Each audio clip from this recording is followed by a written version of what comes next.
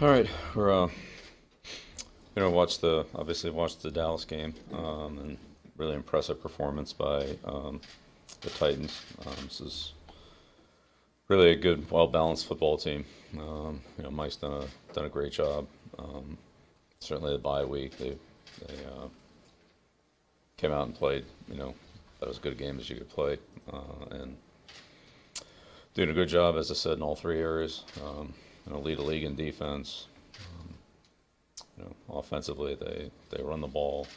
Um, Special teams have a couple explosive returners. And do a good job of not beating themselves. They don't make many mistakes. Least penalized team in the league. Very good fundamental technique team. Won a lot of close games in the last 2, 3 years. Have excellent specialists.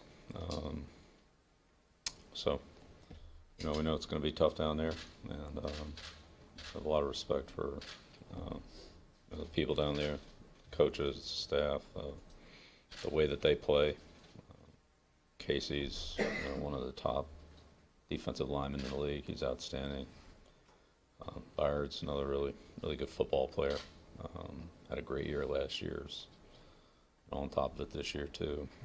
So Davis has had sort of broken out now, and Deion's having a good season. Again, special teams is a real strength for him. Great specialist. So we'll have to go out there and play a good football game for 4 quarters for 60 minutes in all three areas, just to be competitive. You've got some familiar faces at cornerback there, and Logan and Malcolm. What have you seen from them this season? Yeah, well, they lead the league in defense, so yeah, they're good. They'll give up big plays. Scheme-wise, with Dean Pease, is this similar to what you would see from when he was here with you? Or do you see a big difference in what he's running? I would say it's the Texans defense.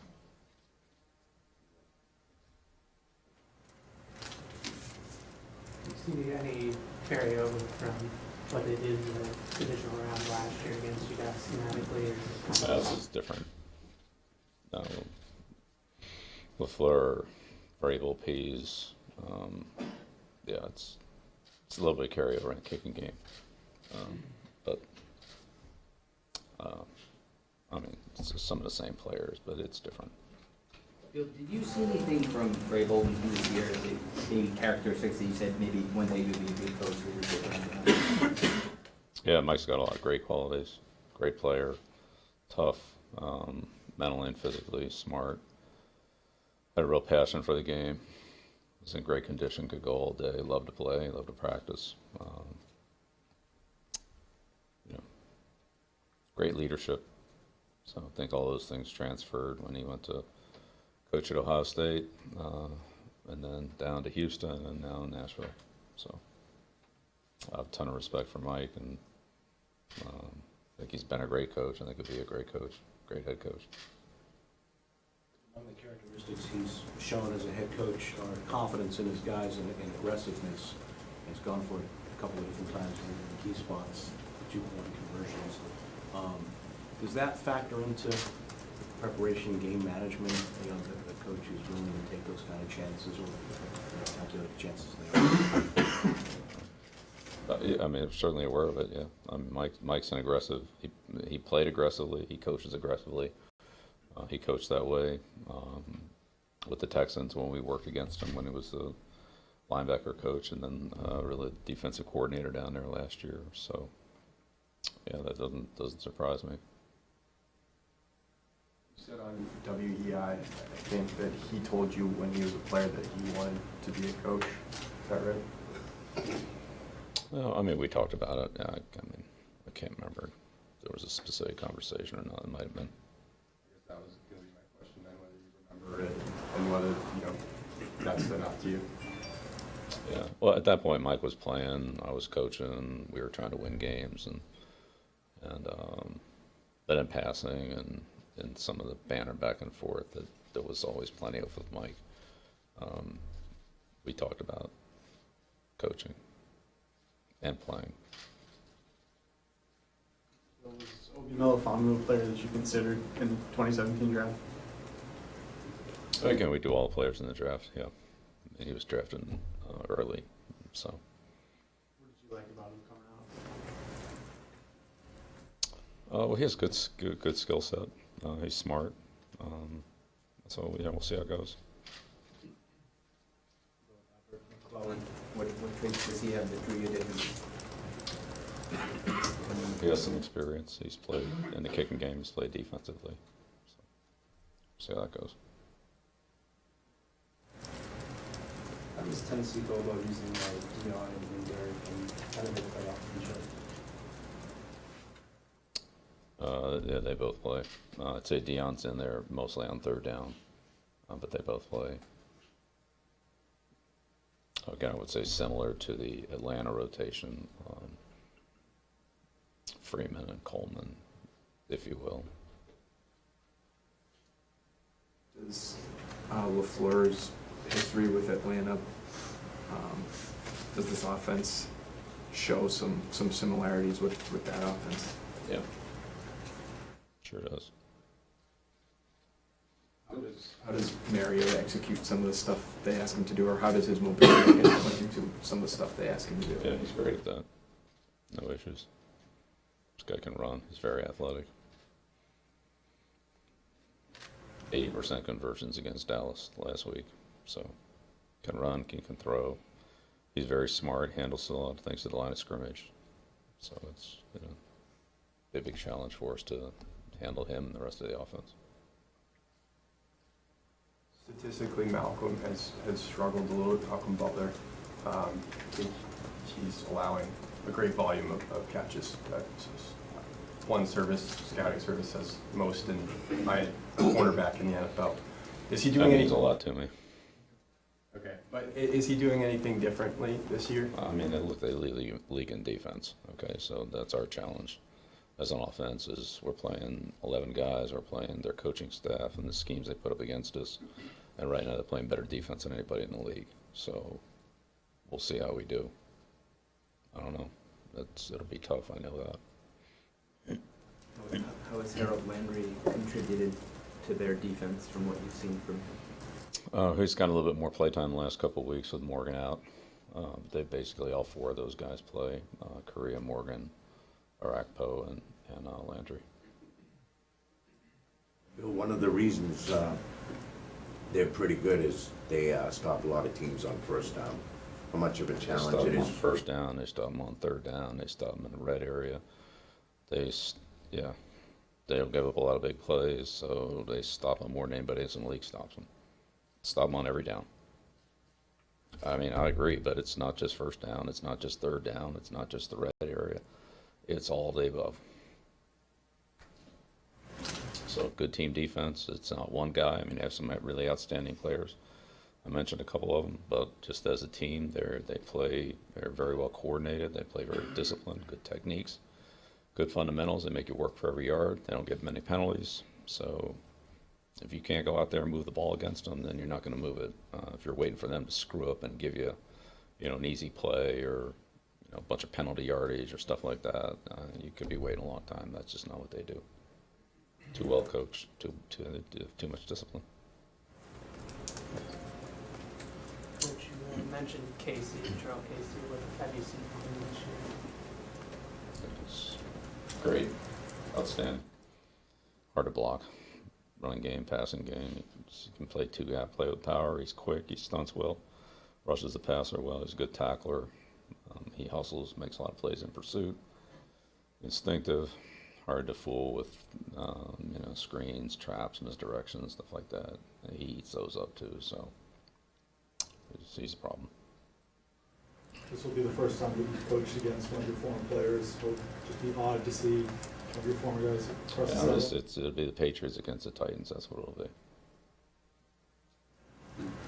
Will Sharp has been especially effective on third down. A lot of big plays from him in those spots. What distinguishes Yeah, him? they're all big. He's like 10 for 10. Yeah, nobody stopped him. So that's a problem too. You mentioned Vrabel is one of those guys who just loves the game, loves to practice. And I know earlier this year we were talking about Patrick Chung, and you said he's another one of those guys who just loves to get out there and practice. Is that something that shows up in the evaluation process, or for some guys that shows up a little later on when you actually get a chance to see him work? Probably the latter. Yeah. Yeah. It's yeah. You know, when you're working with somebody every day, you get to see them a little bit differently. But with players like Pat, Mike, Rodney, they just never want to come off the field. So if they're out there on defense, they're out there for every play. And then when the scout team's out there, they don't go out there and take scout team plays too and jump in there on special teams and be on the scout team, kickoff team, or punt team, or whatever it is. I mean, it's like go out there and play football. You know, they're all three of those players, great condition, like never got tired. They just didn't seem like they ever got tired. You know, go run 50 yards and cover guy, and they're not tapping out looking for somebody to come in for them. They run back to the huddle and they're ready to go to the next play, whatever it is. So that's the way Mike was. He loved to play on the scout team defense. He'd be their best pass rusher. He'd play middle linebacker. He'd play free safety, strong safety, Palomalu, Ed Reed, Freeney, you know, whoever we were playing, he would love to be those guys against our offense, and then you know he'd take all the snaps on defense. So it was like all those guys are kind of like that. Yeah, it was really they bring a lot of good positive energy to the team by just what they do and how they do it. So I mean you can't put a price on guys like that. They're great. Two final questions.